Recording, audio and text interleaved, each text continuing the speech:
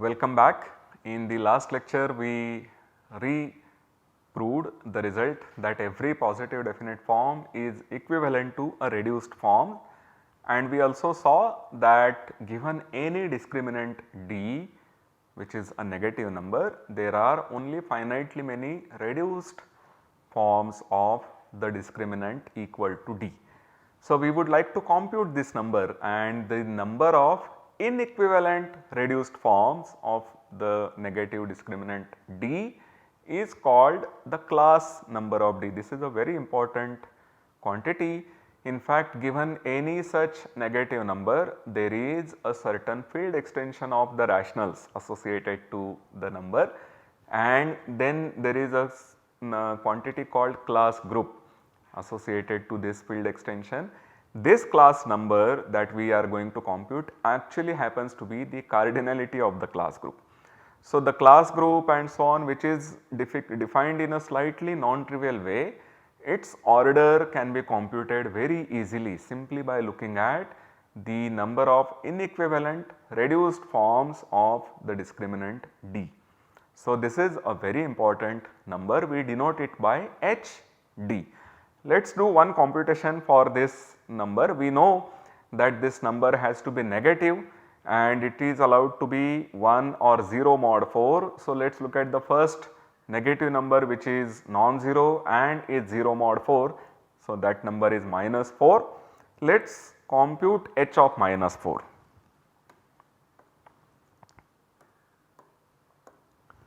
We have the following bound that minus d is bigger than or equal to 3 AC, but minus d here is 4.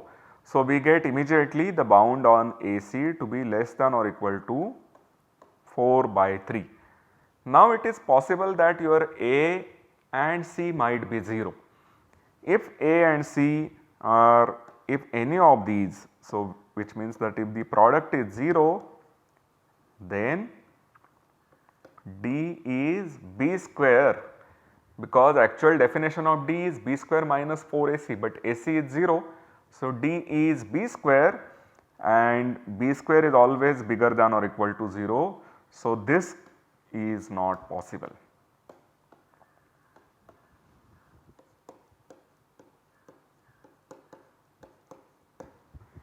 Which means that AC, the product AC is not allowed to be 0, that will have to be a positive number, and the only integer which is not 0 and is yet less than 4 by 3 is equal to 1.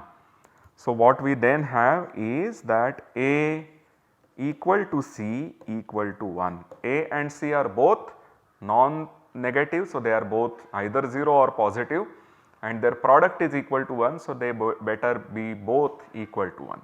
So, now A is 1, B is therefore allowed to be 0 or 1 because A and C are equal.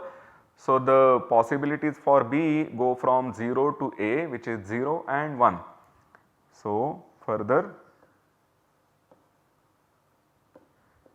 B can be 0 or 1. So, the two forms that we get are x square plus y square, where A is 1, B is 0 and C is 1, and the other form is x square plus xy plus y square. And so, these are the two possible forms satisfying the bound which was given by the discriminant being equal to minus 4. And now we need to see whether these two forms have the required discriminant. So, this I think we had checked last time, the discriminant of this is minus 4. So, this form is okay for us. Here if you check the discriminant, it is 1 minus 4 and therefore this is minus 3. So, this is not the form that we are going to take. We will take only this form, which is the only reduced form of discriminant minus 4. So, the answer to our question is h minus 4 is equal to 1. That is a very good thing. In fact, this is something that we are also going to use later in remaining further lectures, but therefore, you should remember this, but the proof is also very easy. that h of minus 4 is equal to 1. And now we come to this next observation that this number hd is in fact equal to only the number of reduced forms of discriminant d, which means that we are doing away with the phrase inequivalent, that is redundant. If there are two reduced forms which are equivalent, then they have to be the same. Different reduced forms cannot be equivalent to each other. This is the next theorem that we are going to prove. But before we go to this proof, there are some intermediate lemmas that we will have to do, some basic statements which need to be observed and they need to be proved. So, we will state and prove these lemmas and then we go to proving the statement that two reduced forms which are equivalent have to be the same. So, here is the first statement which is quite a simple statement. If you have two integers which are co-prime and we look at our allowed transformation. So, we have Ps minus Qr equal to 1 and we transform the m and n by the allowed transformation, which is that m is going to Pm plus Qn and n is going to Rm plus Sn. Then the GCD of these two numbers remains equal to 1. This GCD does not become bigger. So, how do we prove this? This proof is actually very easy. So, since determinant of our matrix which is P, Q, R, S is 1, we call this matrix to be U. We have that U inverse also has integer entries.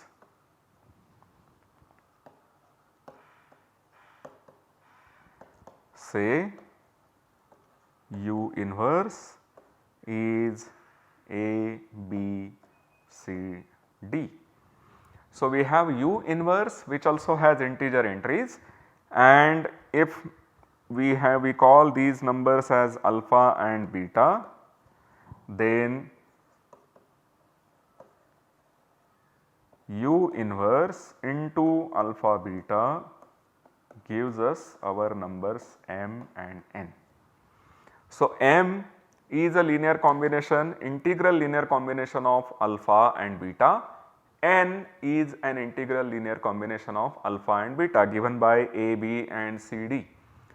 Now, if alpha beta had a GCD which was not equal to 1, that would mean that there is a prime which divides the GCD of alpha beta. Whether the GCD is positive or negative, that we do not worry about right now. The GCD can be always taken to be positive, since we are looking at the number which is dividing both these quantities. So, if some negative number divides it, its negative will also divide it. So, we are taking the GCD to be positive, therefore, we will assume that whenever this GCD alpha beta is not 1, then there is a prime P which divides both alpha and beta. But if P divides alpha, P divides beta, then P will divide this combination of alpha and beta.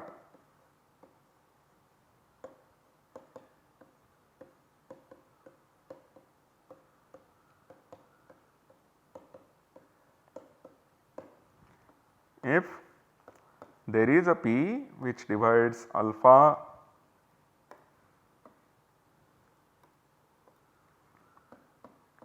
and beta, then the P will divide m and P divides n.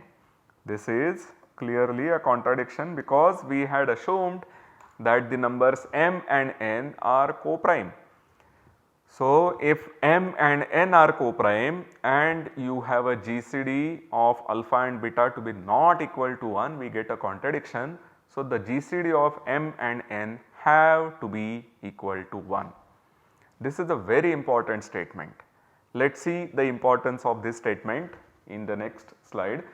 First of all, let us recall that whenever we are given any form f, we say that an integer alpha is represented by f if you have that alpha equal to f of mn for some integers m and n. Okay. Further, this is a new definition. We say that f represent alpha properly.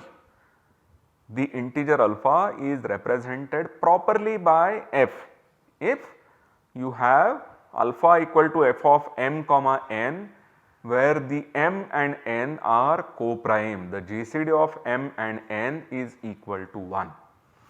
So, we have numbers which are represented by the given positive definite or in general a binary quadratic form if you have alpha equal to f of mn.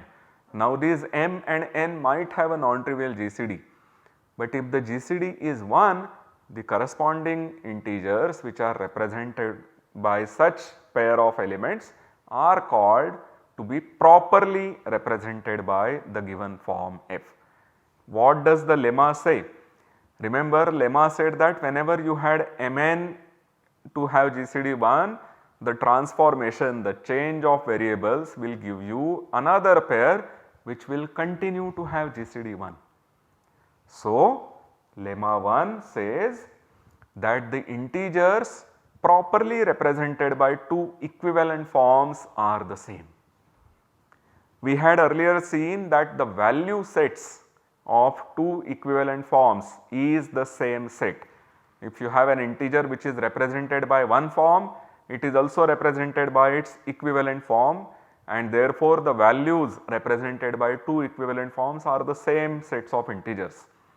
Here we have, this is a somewhat restricted subset, that the number of integers, the actual integers which are represented properly by these two forms which are equivalent are same. So, if I have alpha represented properly by f and f is equivalent to g, then alpha is represented by g, but it is also represented properly. That means there will have to be some co-prime integers which will give you the value alpha. This is a very important statement. We now go to another very important lemma. This lemma says that if you start with a reduced form given by ax square plus bxy plus cy square, then the three smallest values represented by f are the ones which are given in the screen. So, we are looking at reduced forms. Remember, the reduced form is always a positive definite form, it will take only positive values. So, we can talk about smallest values represented by the form, and what we say here is that any small value represented properly by the form f will either be equal to a or c or a minus mod b plus c or bigger than this. So, this is a very important statement. So, let us go about proving this statement. There are two parts.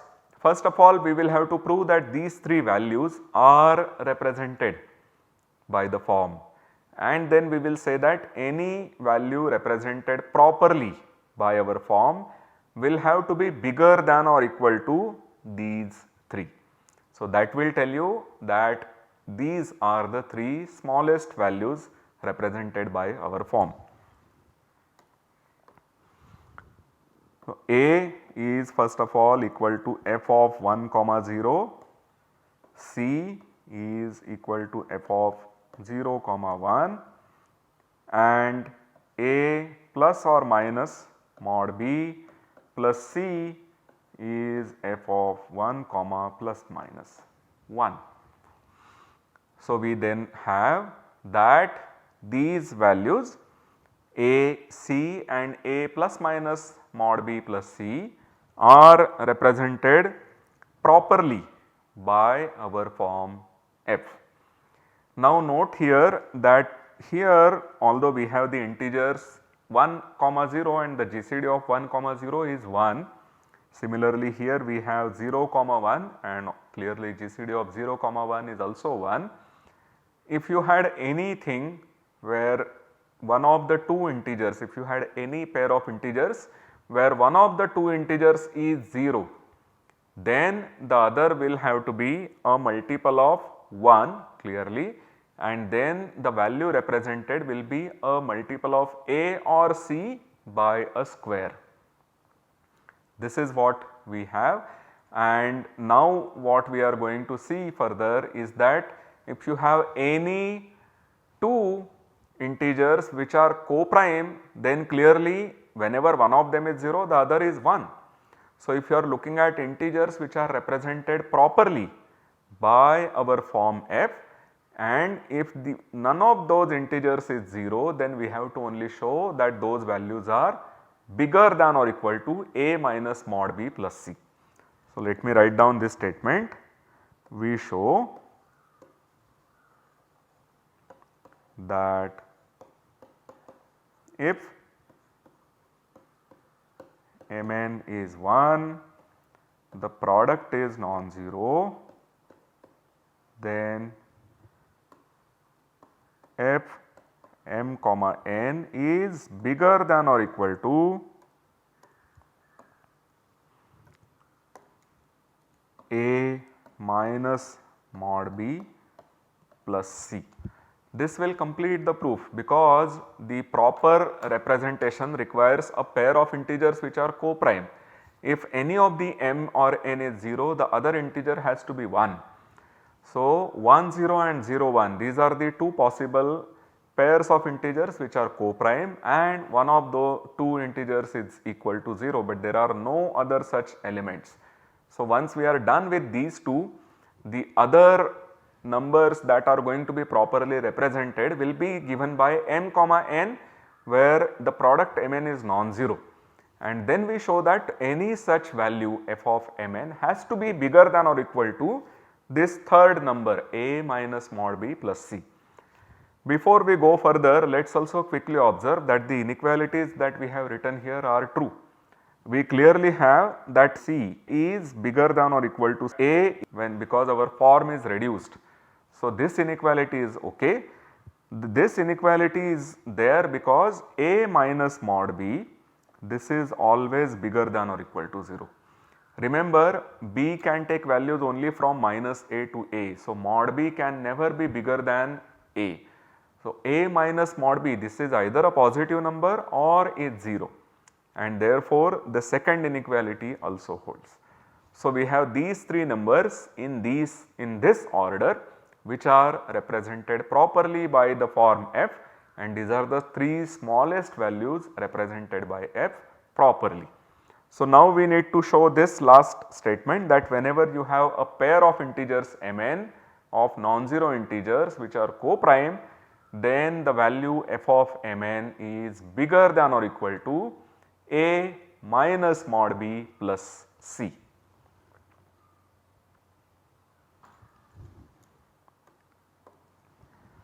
So, assume first of all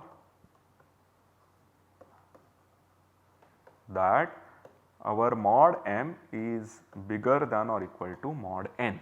This is one thing that we assume, one inequality. We will then also see the other proof. F of m comma n is A m square plus B m n plus C n square. We observe one basic inequality here.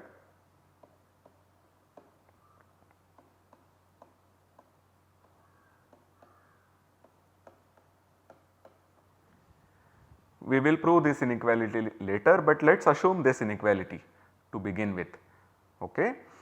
So, now here we have that this is further bigger than or equal to mod m into A minus mod B. This is because here we are taking this mod m common. This would be mod B into mod n, and we are assuming that mod of m is bigger than or equal to mod of n. So, when we put a negative sign to it, it will mean that minus of mod m is less than or equal to minus of mod n. Therefore, I can replace this n here by m and I will get a smaller quantity, and therefore, we have this smaller quantity mod of n square a minus mod b, and finally I just have mod of n square. But we have observed that m and n are both non-zero. Therefore, mod of m is 1 or more, mod of n is 1 or more, and therefore, this quantity is bigger than or equal to a minus mod b plus c.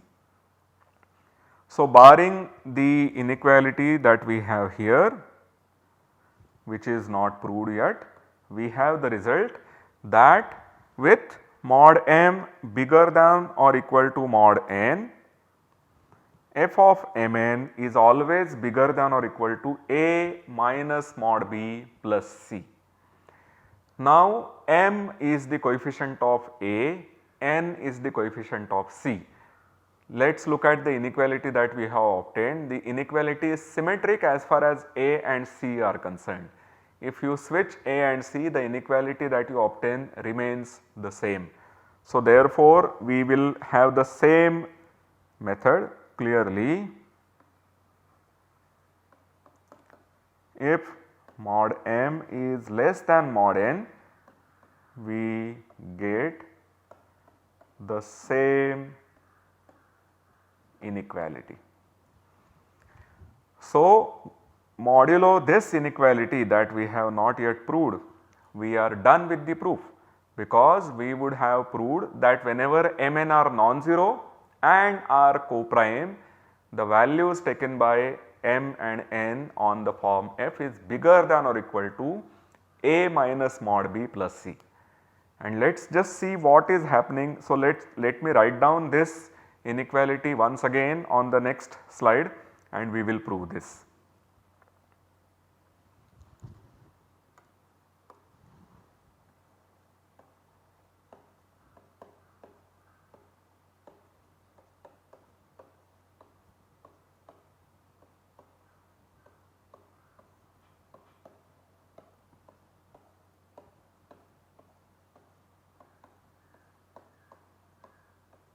This is the inequality that we want to prove.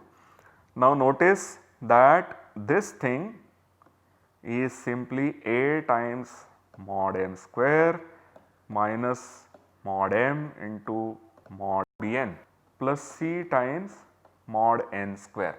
Now, whether m is positive or negative, whether n is positive or negative, mod m square is the same as m square, mod n square is the same as n square. So, to prove this inequality, we have to only prove Bmn is bigger than or equal to minus of m into minus of mod m into mod Bn, which is actually equivalent to showing that product alpha beta of any two integers is always bigger than or equal to the product minus of mod alpha mod beta. This is the only inequality that we have to observe, but this is true, we can just look at all possibilities for the signs of alpha and beta. If both alpha beta are positive, here we get something which is bigger than or equal to 0. This is positive and this quantity is clearly negative, because mod alpha is alpha, mod beta is beta. So, you have a positive quantity bigger than a negative quantity, which is clearly true. If both alpha and beta are negative, their product is positive. So, this quantity is again bigger equal 0 if both are negative, whereas this is again going to be negative. This quantity on the RHS is always negative. So, what you may have is that the quantity on the LHS is either positive or it is negative and equals the quantity on the RHS. So, LHS is positive and therefore it is bigger than the RHS, which is negative or 0, or LHS is negative and equals the RHS. So, how can LHS be negative? You may have different signs for alpha and beta. Alpha is positive and beta is negative, say. Then you have that beta is equal to minus of mod beta. If beta is negative, mod beta is its negative. If beta is minus 5, mod beta is 5, and then minus of mod beta is equal to beta. So, you then have equality here whenever any of these two have different signs. So, the worst thing that you have for inequality is that you get equality. Whenever alpha and beta have distinct signs, alpha beta is equal to minus of mod alpha minus mod beta, and whenever alpha beta have the same signs, be positive or negative, then we get that alpha beta, which is now a positive quantity, is strictly bigger than minus of mod alpha times mod beta. So, this proves our statement that whenever we have any reduced form, the smallest 3 values which are represented by the positive definite reduced forms are A less equal C less equal A minus mod B plus C. Armed with these two lemmas, we are going to prove that any reduced form is not equivalent to another reduced form unless they are the same. So, we will start with two reduced binary forms which are equivalent to each other, and we will show that they are both are just the same forms. But we will have to wait for the next lecture for this. So, I will see you then. Thank you very much.